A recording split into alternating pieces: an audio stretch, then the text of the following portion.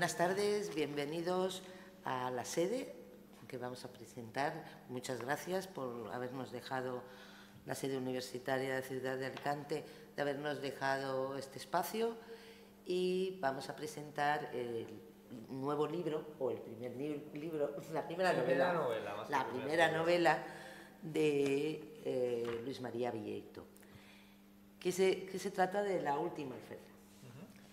Muchas gracias por acompañarnos y ahí va, cuéntanos. ¿Qué quieres saber? Que no sepas.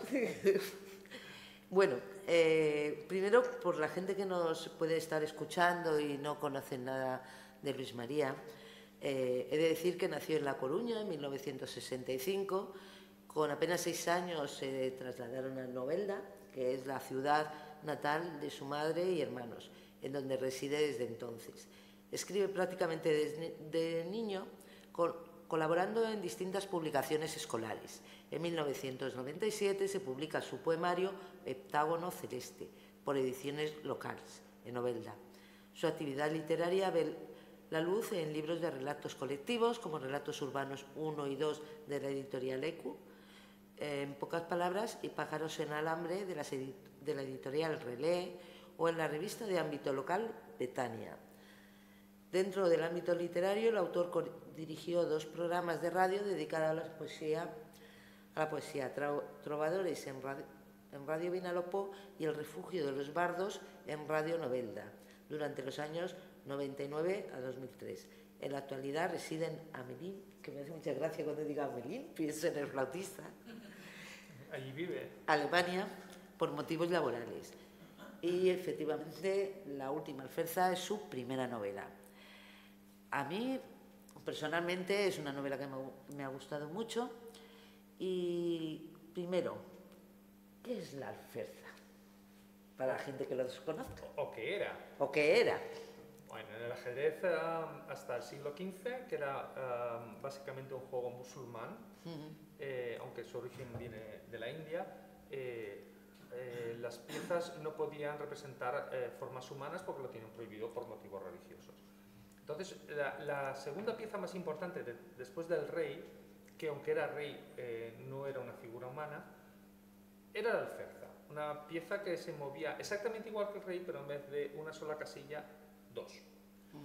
En el siglo XV, ya con prácticamente la reconquista terminada, cambian esa alferza por una dama, que se cree que fue en honor a la reina Isabel la Católica. Hay otras teorías que dicen que no, que Alfonso el Sabio, en el libro de dados, en el siglo, creo que es el X, sí, ya lo contemplaba, la figura de la dama, pero bueno, la teoría en la que nos hemos basado para contar esta historia es la del libro de Francesc Vicent, el poema Escàs d'amor, en el cual la dama aparece en 1492 en un acto que se celebra en Valencia, y es una figura ahora con mucha movilidad, es la pieza más poderosa del tablero, y desde entonces la dama permanece. Esa teoría podría tener arraigo, porque realmente la dama más poderosa en la época histórica era la reina católica.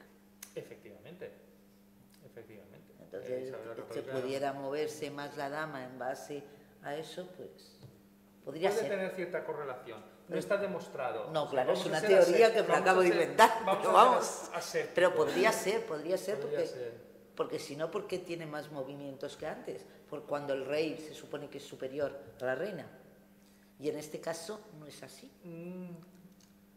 También es cierto que podemos cogernos a cualquier palo, ¿no? Sí. En una batalla el único que no lucha es el rey, precisamente. Exactamente. Pero tampoco veo a la reina empuñando espada y matando sarracenos. Así que lo de la representación real de una batalla tiene muchas lagunas. Realmente, ahora mismo no sé por qué a la dama se le dio esa movilidad. Supongo que para compensar la del rey, que pudiera defender al rey. Me imagino que va por ahí los tiros. He leído mucho sobre la evolución del juego y no hay nada que de momento me convenza para decir esto debe de ser. Porque tú llevas toda la vida jugando al ajedrez. Desde muy niño, sí. Aprendí mal, leyendo las instrucciones de los Juegos Reunidos, porque Sí. además era un niño de 5 años y no leía bien, y luego me fueron enseñando los movimientos más complejos como el del caballo y el enroque, Sí. que leyéndolos un niño, pues aquello no funciona. Es complicado, a mí Sí. también me pasó. Sí, Lo que pasa es que luego me llegó un manual de Lasker sí. y El ya... manual de ajedrez de Lasker, que es magnífico además. Sí, sí, ese mismo. Fue- Pequeñito así, blanco. Sí, fue uno de los primeros. Ese y mi sistema de Ninthowitz, que es un poquito más complejo, fueron los dos primeros grandes libros de enseñanza que se publicaron. Tú eres jugador de ajedrez, Bueno, muy aficionado, casi maestro. No, No, no, soy monitor. monitor, Maestro no. vale. No paso de ser como dice Leoncho García, un vulgar aficionado. Entonces, ¿cómo se te ocurrió escribir sobre ajedrez porque te gustaba y demás? Y además, en concreto, el protagonista es un gran maestro de ajedrez, que es Akiba Rubinstein. Cuéntanos por qué Akiba. Bueno, en primer lugar, porque el ajedrez, digamos que me ha ayudado a encontrar el tema para esta primera novela, que en realidad es mi cuarto intento. Los otros 3 se acabaron en la papelera porque después de llevar 20, 25, 30.000 palabras, te das cuenta que realmente no estás escribiendo lo que quieres. Y el ajedrez vino a ayudarme. ¿Por qué Akiba Rubinstein? Porque seguramente, para mí, es una de las personalidades más interesantes del mundo del ajedrez. Lejos de otros grandes maestros, como pueda ser Bobby Fischer, fue uno de los grandes genios, que el rasgo más poderoso de su personalidad era que era un excéntrico sublime. No, Akiba Rubinstein era una persona absolutamente normal, una persona apacible, una persona hogareña que jugaba maravillosamente al ajedrez. Y además tuvo la desgracia de no poder llegar a competir por el campeonato del mundo cuando, entre ciertos años, entre 1910 y 1914, su superioridad era como la del Real Madrid comparado con equipos de regional. Era increíble su fuerza, pero no pudo reunir el dinero suficiente para luchar por el campeonato del mundo con Lasker y no pudo llegar a conseguirlo. Entonces a mí la figura de esta persona siempre me atrajo mucho. No voy a decir estudio sus partidas. He visto muchas veces sus partidas, no llegas a comprenderlas del todo porque es un jugador muy, muy complejo, pero sí que me atrajo, tanto su forma de jugar como su personalidad. Entonces, ¿quién mejor? Y en esta novela se narra que se le encuentra en las calles de Novelda, que es lo que pone en la sinopsis, la voy a leer para quien no conozca el libro. Valencia, 1492. La alferza, una de las piezas del ajedrez, es eliminada del juego y sustituida por las damas en honor a la reina Isabel la Católica. Ella ordena quemar todas las alferzas que se encuentran en los reinos cristianos, menos una, en la que hace grabar su escudo real en la base, así como que, a partir de ese momento, esté en posesión del mejor jugador del mundo, que deberá entregarla a quien le derrote. En pleno auge del nazismo, y ahí metemos ya nazismo, el Tercer Reich anda detrás de esta última alferza. Obligan a Akiba Rubinstein, uno de los mejores jugadores del mundo, judío y prisionero en el gueto de Lodz, a entrenar a un joven jugador alemán de origen estonio para que derrote al campeón del mundo, Alekhine. ¿Alekhine? Alexander Alekhine, sí. Bueno, Alekhine. también a veces lo llaman Aliojin. Transcripciones del ruso son complicadas. Y conseguir así la apreciada figura. Si triunfa, Akiba y su familia serán liberados. Si cae derrotado, les espera Auschwitz. A principios de 1944, Rubinstein aparece moribundo en las calles de una ciudad española, Novelda. Lo encuentra un sereno que lo lleva a la enfermería de la prisión, donde salvarán su vida. En ella trabará amistad con el alcaide Manuel Mansilla, a quien contará, y también a nosotros, toda la historia que le llevó hasta allí. Y mi pregunta, ¿la historia que cuenta Akiba, hasta qué punto es real? Nada. Vale. Lo único que es real es algunas alusiones a torneos que jugó. Ajá. Por ejemplo, hay un momento que él va por Berlín y recuerda ciertos torneos que jugó en Berlín, eso es real. También es real ciertos comentarios que hacen entre él y sus discípulos sobre partidas que él jugó, todo eso es real. Y ese carácter apacible sí que podemos pensar que tuvo algo que ver, aunque no hay demasiada información sobre cómo era Kiva, pero sí conocemos su comportamiento en torneos y podemos imaginar su verdadero carácter. Sí que he procurado respetar eso bastante. Respeta el carácter, pero no la historia, porque evidentemente la historia es ficción. Esto completamente ficción. Ni se casó con una española, ni estuvo en el gueto de Lodz. Él salvó el pellejo milagrosamente, porque además no hay explicación. Él estuvo en Bélgica, en un sanatorio, los nazis lo dejaron tranquilo, incluso después de la caída del nazismo, muchos grandes maestros iban a entrevistarse con él y a aprender de él, porque aún conservaba una fuerza teórica bárbara. No podía competir porque tenía los nervios destrozados, pero sí que su sabiduría no la perdió hasta su muerte. Y bueno, ¿y por qué Novelda? ¿Por qué? ¿Por qué Novelda? Porque es mi ciudad, y porque además la cárcel de Novelda me daba un juego muy bonito. Mi padre había sido funcionario en esa prisión en las fechas en las que transcurre la novela, y al fallecer mi madre en 2005, mi padre murió hace muchos años aquí en Alicante, al morir mi madre en 2005, recogiendo sus cosas descubrimos una caja llena de fotos del interior de la prisión, porque mis padres vivieron en la prisión. Eso, con los recuerdos de mi hermano, que mi hermano es mucho mayor que yo y aún llegó a vivir unos años allí, creo que era un ambiente idóneo para desarrollar la acción. Y también me apetecía mucho mostrar mi ciudad. Es una ciudad de la que me siento muy orgulloso, creo que es una ciudad bonita y Claro, sí, para mí lo es. Entonces quería mostrarlo. Hay escritores que no hablan más que de Barcelona. Por eso, o sea, Eduardo Mendoza, Zafón, Falcón, es Barcelona, Barcelona, Barcelona. Otros que sí Sevilla. ¿Y por qué no Novelda? Lo merece tanto como cualquier otra. Y es la mía, esa.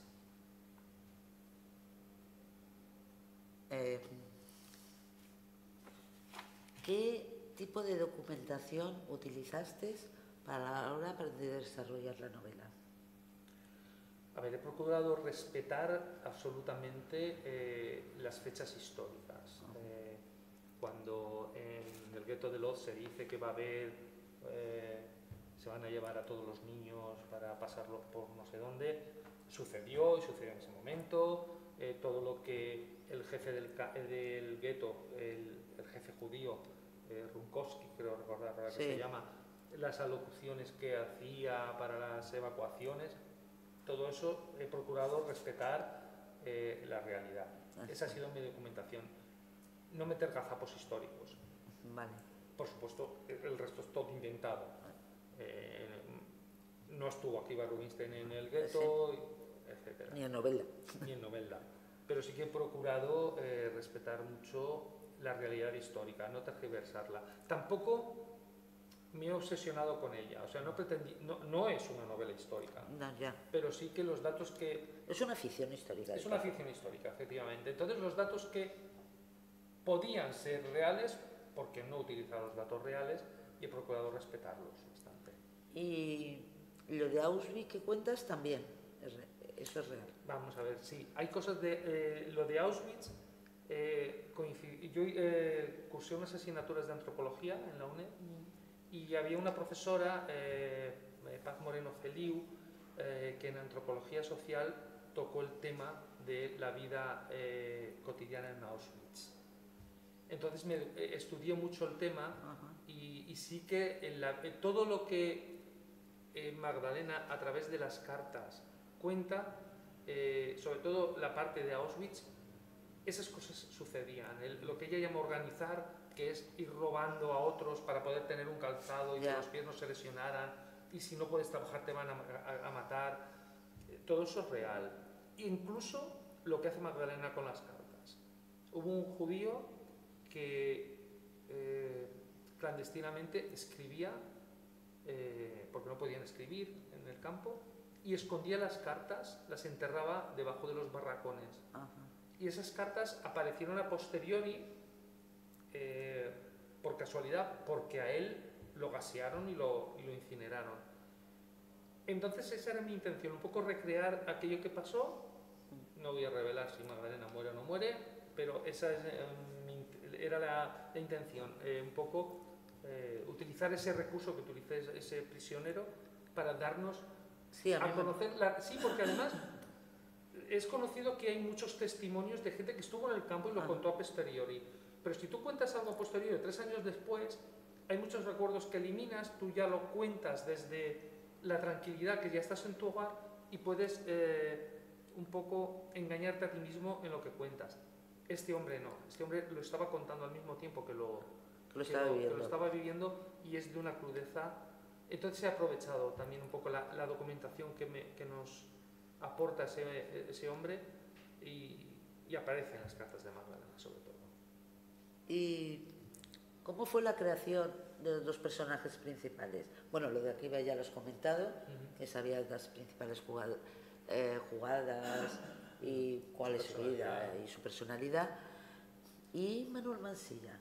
¿En qué te basaste? Vamos a ver, Manuel Mansilla en principio es prácticamente un espejo de Akiva. Ajá. Akiva es una persona que tiene una vida dramática y la asume con mucha serenidad. En algunos momentos que todos perdemos los nervios, pero con suma serenidad. Cambio Mansilla es una persona que en teoría tiene una vida fácil, digo entre comillas, porque vivió la guerra civil.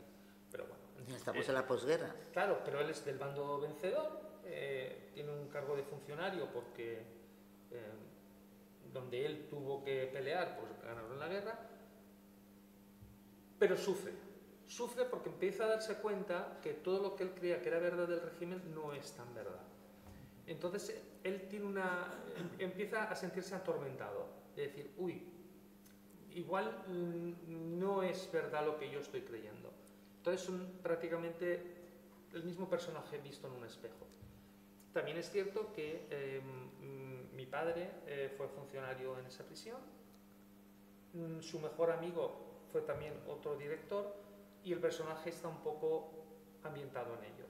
Yo no llegué a conocer a mi padre para decir es su carácter, pero sí que es un pequeño homenaje, sobre todo a la vida cotidiana que mi familia tuvo en esa prisión. Mi hermano aún tiene recuerdos de aquello, y los he aprovechado para un poco contar lo que es una familia viviendo encerrado con presos, y la empatía que a veces esa familia puede llegar a tener con esos presos que, aunque fueran del bando equivocado, siempre con comillas, generaban cierta compasión, ¿no? Como que no era justa la situación, y existía ese sentimiento ahí. He tratado de plasmar eso. Sí que he procurado también, y eso lo reconozco, que la parte de novela sea una novela amable. No he querido meter el dedo en sitios a los que no llego, porque yo no estuve allí. Entonces tampoco he querido hurgar demasiado, pero sí que he invitado a que la gente reflexione, a que quede ahí un punto de decir, ¿esto qué fue? ¿Y por qué sucedió? Hay una escena que además creo que es un personaje que me vino por casualidad a la hora de investigar. Ahora no me acuerdo el nombre de la monja. Sí, pero tiene una entrevista Mansilla con un preso, sí, y los dos coinciden. O sea, el preso le dice, yo vivía en Cariñena, y Mansilla le dice, yo peleé ahí, si yo conocía a Cariñena por tal hermana. Fue una monja que hubo en Cariñena, que los nacionales querían que su convento fuera solo hospital para el Ejército Nacional, y la monja se rebeló, dijo que no, que hijos de Dios eran todos, y se iban a curar a unos y a otros. Me quedo con el espíritu de esa monja. Creo que es un personaje que no se ha conocido en la historia de la Guerra Civil, y es un personaje que a mí me generó mucha ternura. Una mujer valiente en una época que no era fácil serlo. Y yo que he leído la novela tengo una duda personal. ¿De dónde te has sacado el personaje del marqués?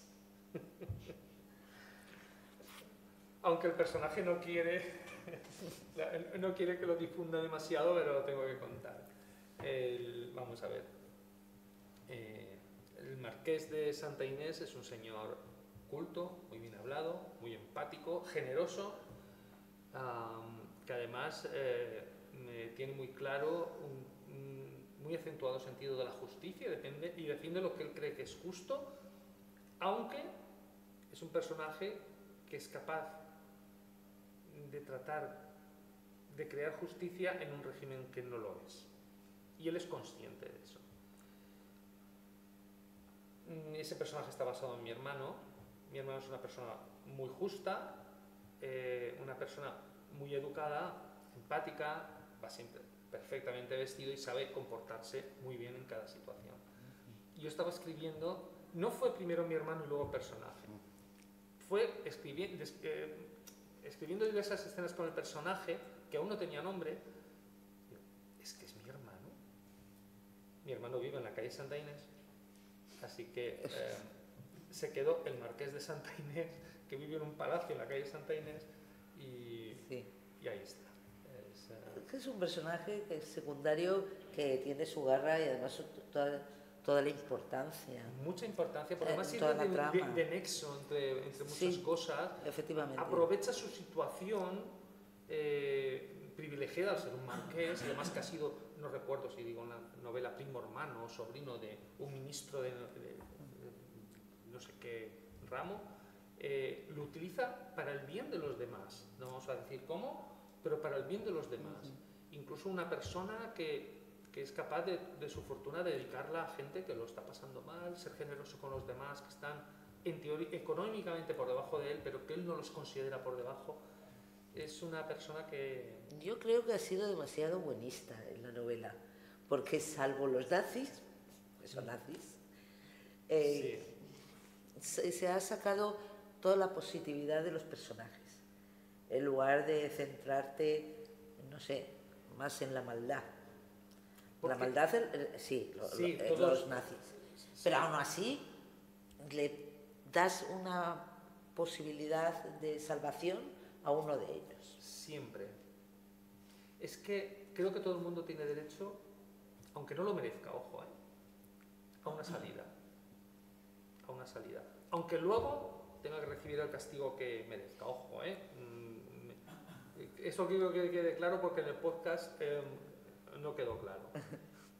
Entonces, yo lo que no quería es que fuera una novela maniquea. En ningún sentido. Está claro que si vamos a los extremos está el nazismo y el franquismo. Y ahí no tenemos dudas de quién es el malo, ¿no? Pero aún dentro de esa maldad puede haber algún retazo, no se lo voy a negar. Igual que una buenísima persona, tú puedes ser la mejor persona del mundo, pero la puedes liar. Sí que es cierto que los personajes buenos, hay algunos momentos de tensión entre ellos, que he procurado siempre incluso que fueran divertidos, ¿no? Como el famoso momento del toque arrebato de Guillermina con Akiva y con Mansilla. Pero sí que es cierto, lo he reconocido, que la parte de novela es una novela amable. Convendrás conmigo que la parte, sobre todo de los nazis, a veces es dura. Sí, pero tampoco te has pasado de dureza. No me he pasado, pero es dura. Que yo he leído otras historias de nazis y son mucho peor. Sí, pero tampoco íbamos a centrarlo en la mera violencia. Yo quería que hubiera como ese ambiente de... No, el ambiente de opresión sí que se ve. Me centro en eso.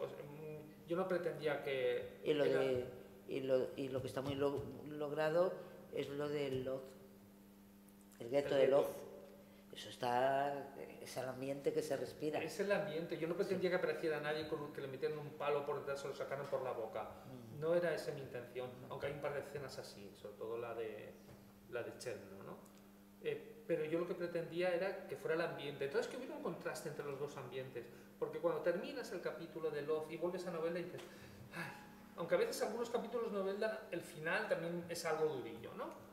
Sobre todo porque ves padecer a un personaje. Pero pretendía eso. La parte de novela es novela costumbrista. Cuando a veces me han preguntado, la parte de novela es una novela costumbrista tipo Delibes, tipo Manuel Mateo, Luis Mateo. Creo que van por ahí los tiros. sí que es cierto, igual le falta un punto de maldad, igual tomo nota y en la próxima pongo un malo muy malo. Hablando, ¿cuál va a ser la próxima? ¿También de ajedrez? No, el ajedrez no va a aparecer. A ver, puede aparecer en un momento dado, Vale. pero no. La próxima tendrá mucho que ver. Va a haber dos grandes temas, que uno va a abarcar el otro. Uno va a ser el Alzheimer, que es un tema muy actual, en una persona que ha vivido más o menos de cerca, o que ha tenido fe, vamos a decirlo así, en la Revolución Cubana, ha tenido fe en el movimiento hippie, ha tenido fe en que los españoles íbamos a derrotar al franquismo, ha tenido fe en que el muro de Berlín iba a traer una nueva era. Y hay muchas desilusiones que contar. Van a ir por ahí los tiros. Van a ir por ahí los tiros. Ahí sí que influye un poco el hecho de que en la actualidad vivas en Alemania. No creo, ¿no? No creo. Te voy a conocer, pero voy a decir qué es lo que me disparó. Yo tuve una visita de dos amigos chilenos, un matrimonio, además ella es cardióloga, lo digo porque me ayudó en un momento dado, y ellos eran convencidos comunistas en su día. Y el marido, él me contaba de la desilusión que sufrieron cuando vieron que el comunismo no era lo que ellos creían. Porque era una persona que más entraba con total naturalidad a la DDR, tenía pases para entrar en la DDR y había viajado mucho a Cuba, y él me hablaba mucho de la desilusión, que no era lo que ellos creían, que ellos eran comunistas de buena fe pensando que eso era bueno para el pueblo y vieron que no.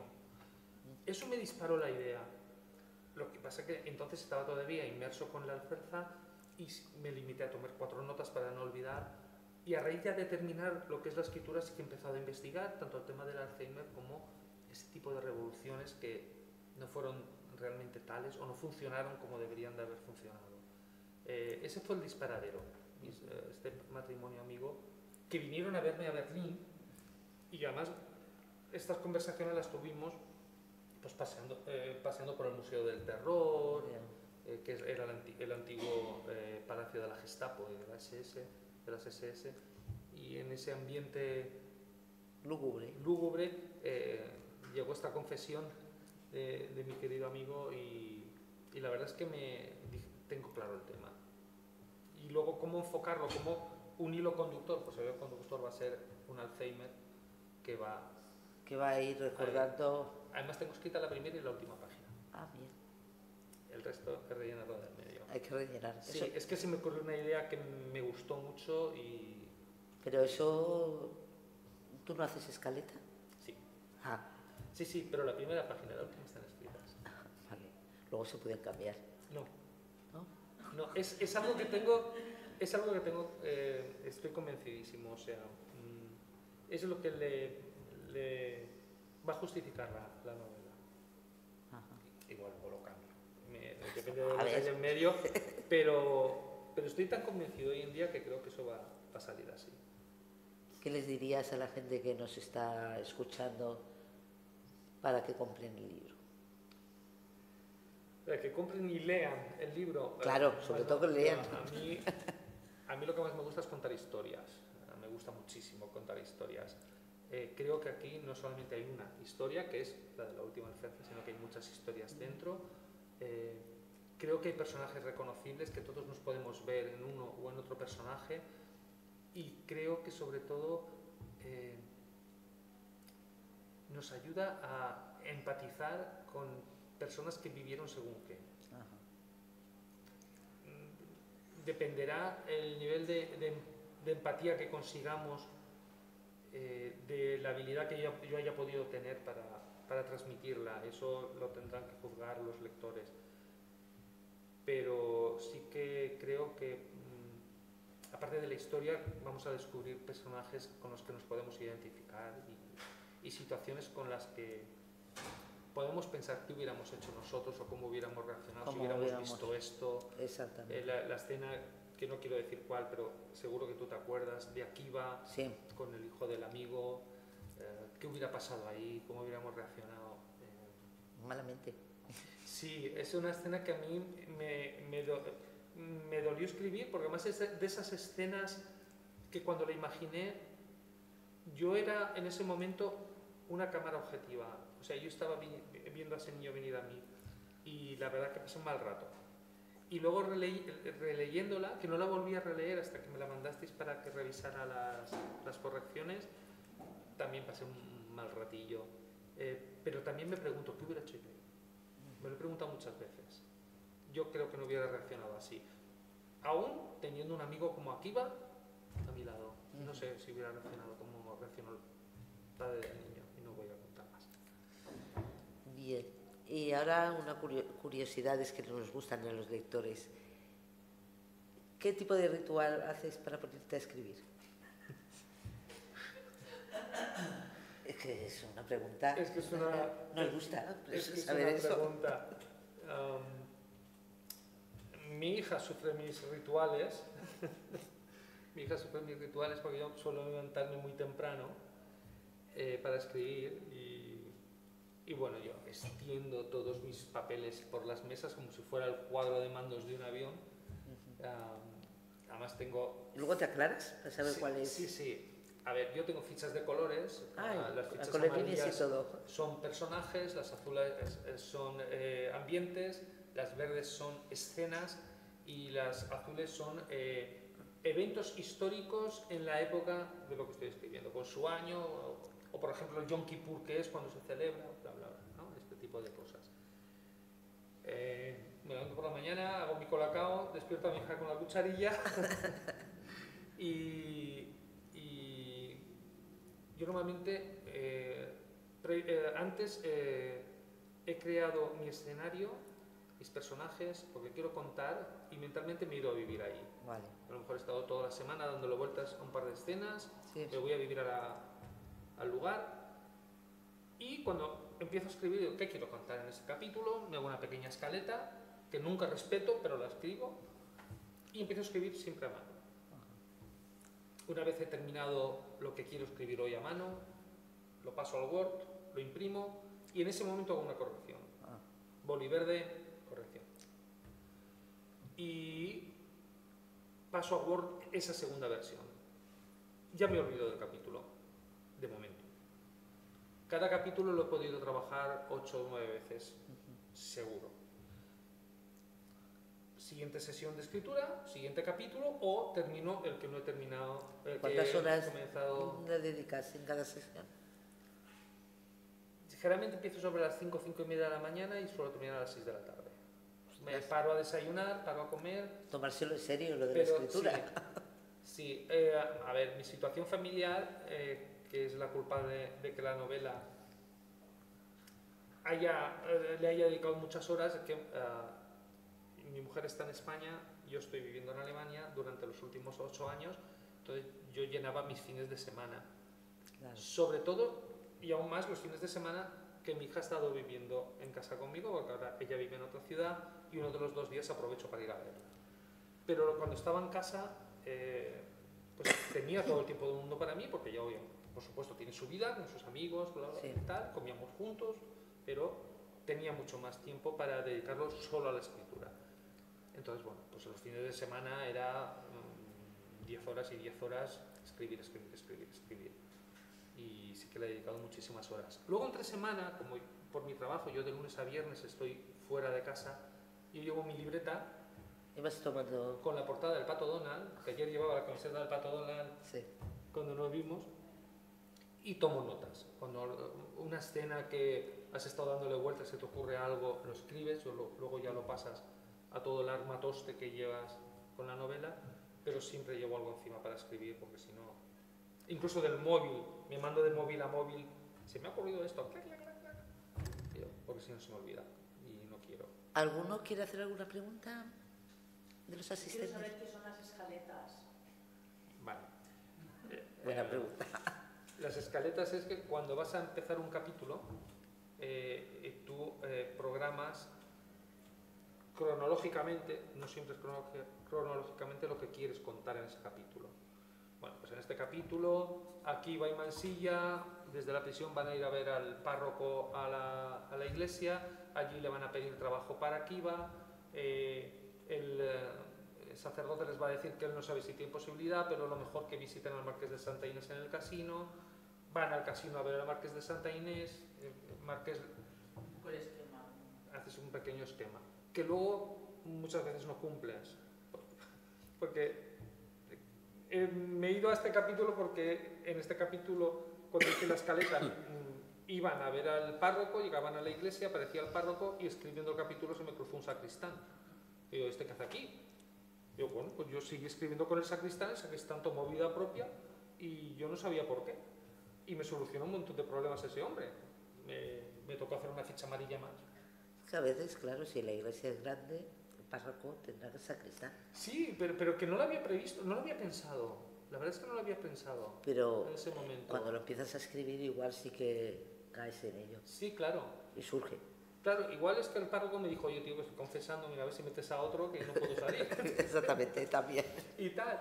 Y la verdad es que cuando, sobre todo cuando escribes muchas horas seguidas y estás muy concentrado en lo que haces, llega un momento que los personajes te hablan. Van a pensar que estoy loco, pero No, creo que me has entiendo. entendido. Se me ha entendido. Llega un momento que los personajes o la escena te hablan. Claro, realmente es tu imaginación. Sí, que sí, los- claro. Que los pones tú a hablar. Los ¿Y ahora pones qué tú a diría, hablar. qué diría él? Sí, sí. Sabiendo ya cómo es. ¿Qué diría ella? Sí, sí, además ¿Sabes? lo vas viendo como si fueras Tuvieras la una cámara película. objetiva. Lo malo es cuando imaginas una escena y te ves en ella y dices, esto no va a funcionar. Ya. Pero llega un momento que no te ves No. y dices, esta es la escena. Y tú vas, plan, vas escribiendo y, joder, que están llegando a la iglesia donde está el párroco y tal. Y el sacristán, Ya está. soluciona. Y dices, el sacristán. Y de pronto el sacristán es un estudiante del seminario, como es verano está de vacaciones, está ayudando al verdadero sacristán que es su padre, pero su padre está poniendo saquitos porque es la época de la uva. Y ya tienes toda la historia. ¿Esto de dónde ha salido? Pero sale. La verdad es que... Sí, porque todo guarda relación. Y aparte Sí, todo guarda relación. que de la imaginación que podamos tener, también es cierto que en muchas series, muchas películas, y parece que no nos damos cuenta, Pero están ahí. pero están ahí. Muchas lecturas. Muchas lecturas Es también. lo que alguna vez he comentado, si me he dejado infectar por algún escritor. No he procurado trabajar para que eso no suceda, pero sí que es cierto que tú tienes un bagaje y hay expresiones que has aprendido leyendo a los que escriben muy bien. Claro, es Y al que final los utilizas, ¿no? ojalá Y eso es así. contaminaran a todos los escritores. Si Sí, no hay claro, problema. claro. Porque No, luego, no es problema. a la raíz de haber leído muchos autores, generas tu propio estilo propio. Claro, por supuesto, son tus Si fuentes. lo trabajas, claro. Sí, sí. Lo que tienes que hacer es macerarlo ahí para que te ayuden a crear tu propia voz, no imitar una voz que no es tuya. En primer lugar, porque no lo vas a hacer mejor que tú, eso seguro. Y segundo, porque tú no quieres escribir como nadie, tú quieres escribir a tu manera. Con tu voz. Mejor o peor, pero con tu voz literaria. Bueno, pues yo creo que ya hemos llegado al final. Muchísimas gracias a todos los que nos habéis acompañado. Y a los que nos han acompañado online también. Exactamente. Y ya sabéis, ahí tenemos unos cuantos libritos por si os interesa. Muchas gracias a todos.